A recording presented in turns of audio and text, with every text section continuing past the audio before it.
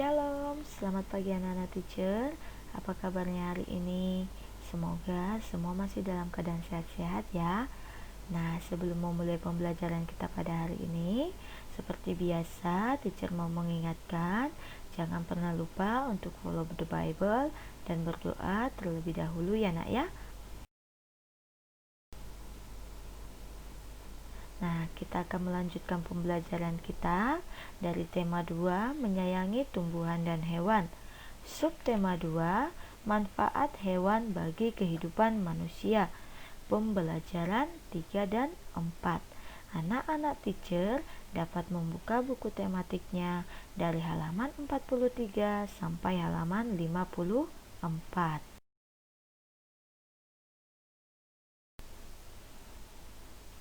Nah, di sini teacher ada memberikan sebuah dongeng fabel. Anak-anak teacher ingat tidak apa itu fabel? Iya, fabel itu adalah dongeng di mana tokoh yang ada dalam dongeng tersebut adalah hewan. Nah, di sini fabel yang teacher berikan berjudul Harimau Bodoh dan Rubah Cerdik. Teacher baca, anak-anak teacher ikuti di rumah ya nak ya. Di sebuah hutan tinggal seekor harimau bodoh dan seekor rubah cerdik. Suatu hari, rubah berkata pada harimau bodoh, "Sekarang akulah yang menjadi raja hutan, bukan kamu lagi. Kalau kamu tidak percaya, ikuti aku sekarang." Rubah kemudian menyuruh harimau mengikutinya dari belakang. Ia berjalan berkeliling hutan dan mendatangi hewan-hewan hutan yang sedang berkumpul. Tentu saja melihat ada harimau datang, hewan-hewan pun berlarian ketakutan. "Lihat harimau, semua hewan-hewan lari karena takut padaku," seru rubah berbohong pada harimau. Karena kebodohannya, harimau tidak tahu kalau hewan-hewan itu takut padanya, bukan pada si rubah. Nah, apa yang menjadi pesan dari dongeng ini? Di sini sudah ada di teacher berikan yang menjadi hikmat teladan. Hikmat teladan itu sama dengan pesannya ya nak ya. Kebodohan sering membuat seseorang mudah tertipu. Artinya pesannya adalah kita harus menjadi orang yang bijak, orang yang cerdik. Agar apa? Agar kita tidak mudah ditipu atau dibohongi oleh orang lain. Bagaimana caranya supaya kita menjadi orang yang bijak, orang yang pintar? Yaitu dengan rajin belajar supaya orang gak mudah menipu kita. Nah, dari dongeng yang tadi kita juga dapat menemukan ada tokoh yang terdapat dalam dongeng tersebut. Sekarang ada berapa tokoh dalam dongengnya? Iya, ada 2 tokoh. Yang pertama yaitu si rubah. Rubah ini sifatnya cerdik tapi juga pembohong karena dia sudah membohongi si harimau. Yang kedua yaitu harimau. Harimau ini sifatnya bodoh. Mengapa teacher katakan bodoh? Karena dia bisa ditipu oleh si rubah, ya kan? Dia ditipu oleh si rubah dengan mudahnya.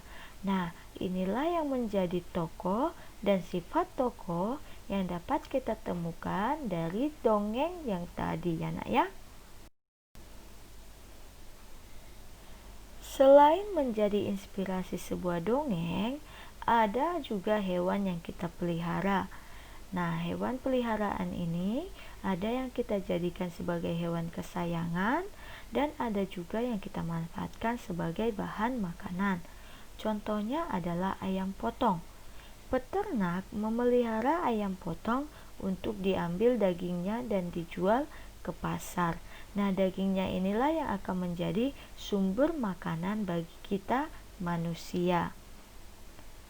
Nah, hari ini ibu membeli daging di pasar untuk dibuat ayam goreng. Ibu memasak 30 potong ayam goreng. Jika ayam goreng diletakkan di 5 piring, ada berapa potong ayam di setiap piring? Nah, ini anak-anak teacher berarti harus tahu yang namanya perkalian.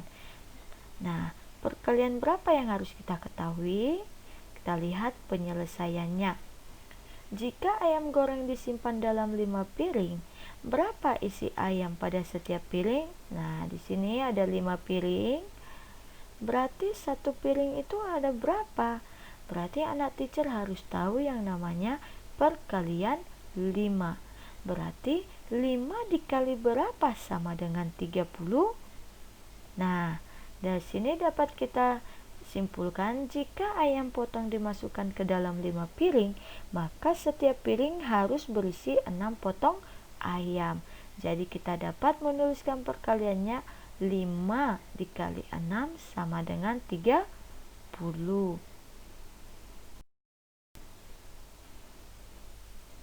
Nah, sekarang jika ayam goreng itu tadi disimpan ke dalam 6, ini 6 piring ya nak ya, teacher salah tulis. Jika ayam goreng itu disimpan ke dalam 6 piring, berapa potong ayamkah pada setiap piring? Berarti di sini anak teacher harus tahu yang namanya perkalian 6. Berarti 6 dikali berapakah sama dengan 30.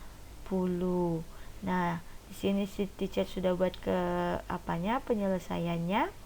Jika ayam disimpan dalam 6 piring, maka setiap piring berisi 5 potong ayam.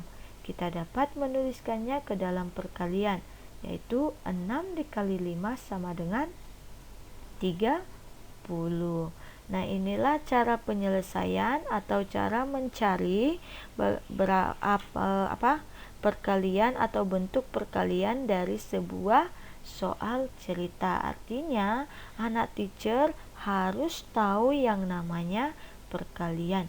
Jika tidak tahu perkalian, maka anak teacher akan kesulitan untuk mencari atau menentukan bentuk perkaliannya.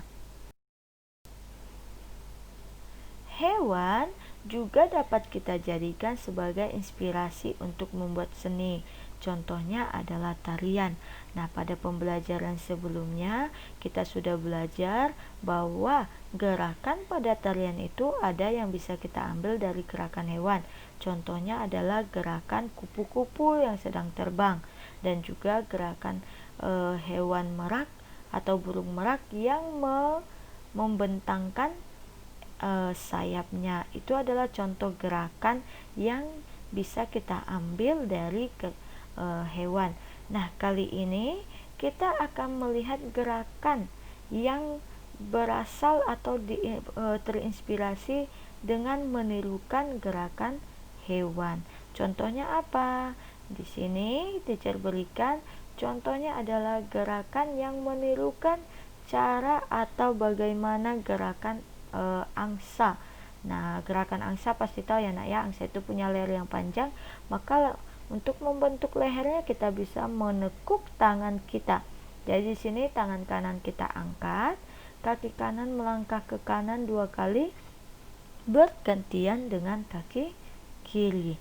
Dan selain itu, selain cara berjalannya, kita bisa juga meniru bagaimana caranya ketika mengepak-ngepakkan sayapnya, di mana kedua siku ditekuk di samping badan, lalu gerakkan ke atas dan ke bawah. Nah, ini contoh bagaimana tubuh angsa atau hewan, bisa ayam, ketika ingin mengepak-ngepakkan sayapnya. Nah, inilah contoh gerakan hewan yang dapat kita tiru menjadi sebuah gerakan tarian.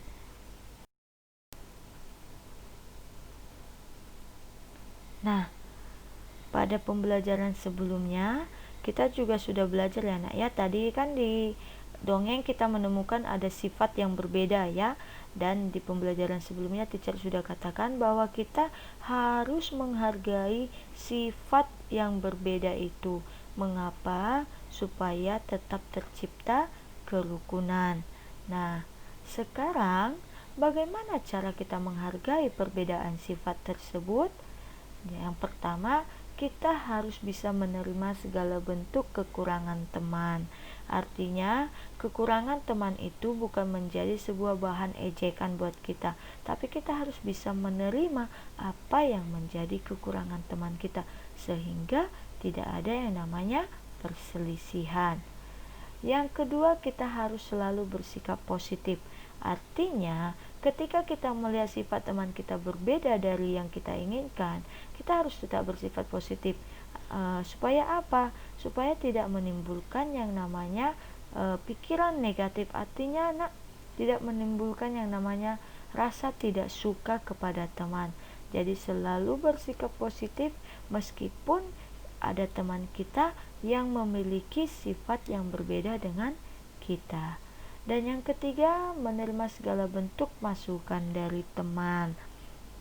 Artinya, ketika kamu memiliki sifat yang tidak baik, temanmu memberikan masukan atau teguran kepadamu, kamu harus bisa menerimanya.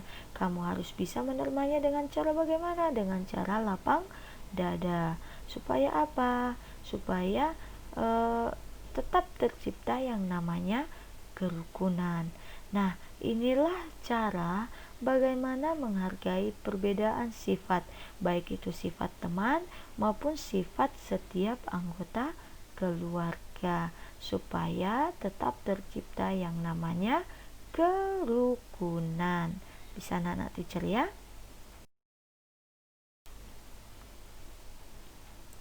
Nah, jika tadi kita sudah menirukan gerakan hewan ketika menari, gerakan hewan juga dapat kita tirukan ketika berolahraga.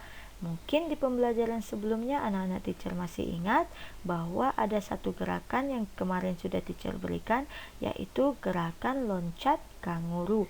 Nah, hari ini kita tetap belajar tentang gerakan meloncat, tapi kali ini kita belajar tentang gerakan katak meloncat. Nah, gerakan meloncat ini tujuannya sama seperti yang kemarin, yaitu salah satunya menguatkan otot kaki kita. Selain itu, gerakan meloncat juga dapat kita kombinasikan dengan gerakan memutar badan, sehingga dia dapat melatih ketangkasan. Jadi selain menguatkan otot kaki, terus melatih ketangkasan. Di minggu lalu juga kita belajar ya anak ya, bahwa gerakan meloncat itu dapat melatih kelincahan tubuh kita. Jadi sudah ada dua bentuk permainan gerakan meloncat ya, ada loncat kanguru dan loncat katak. Dan setiap gerakan ini memiliki tujuan yang sama, yaitu menguatkan otot kaki. Oke, anak teacher, sekian penjelasan dari teacher. Untuk tugas hari ini hanya menghafal perkalian 2 sampai 5. Mungkin di kelas 2 sudah ada ya nak ya menghafal perkaliannya. Nah, tugas menghafal perkalian ini teacher minta anak-anak teacher untuk mengirimkannya melalui video. Tapi dengan catatan videonya harus dengan mata tertutup. Kenapa? Karena teacher akan melihat kejujuran anak teacher di situ ya nak ya. Ingat, jangan lupa mengirimkan videonya dalam bentuk dalam kondisi anak teacher menghafalkannya dengan sikap mata tertutup. Ingat ya nak ya, jangan lupa untuk mengirimkan videonya karena ini adalah nilai praktek matematikanya. Ingat, nilai praktek matematika. Mungkin kalau kita masuk sekolah, teacher bisa panggil satu-satu ke depan. Tapi karena kita masih belajar dari rumah, jadi teacher minta anak teacher untuk tetap mengirimkan meskipun hanya menghafal perkalian. Oke, bisa anak teacher?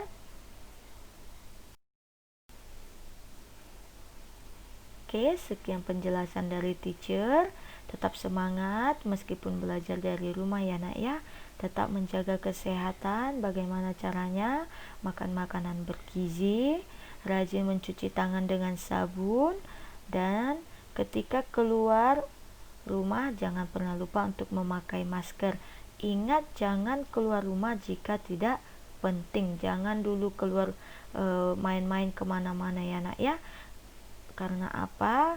Ingat, hari ini atau saat ini pandemi masih tetap ada. Jadi harapan teacher, anak-anak teacher tetap stay di rumah.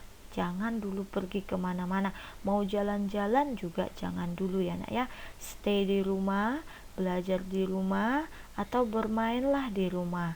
Jangan dulu pergi kemana-mana. Tapi yang menjadi kuncinya adalah tetap semangat, tetap berdoa, serahkan semua kepada Tuhan. Oke? Oke anak teacher, sekian pembelajaran kita pada hari ini. Terima kasih buat anak-anak teacher. Tuhan Yesus memberkati.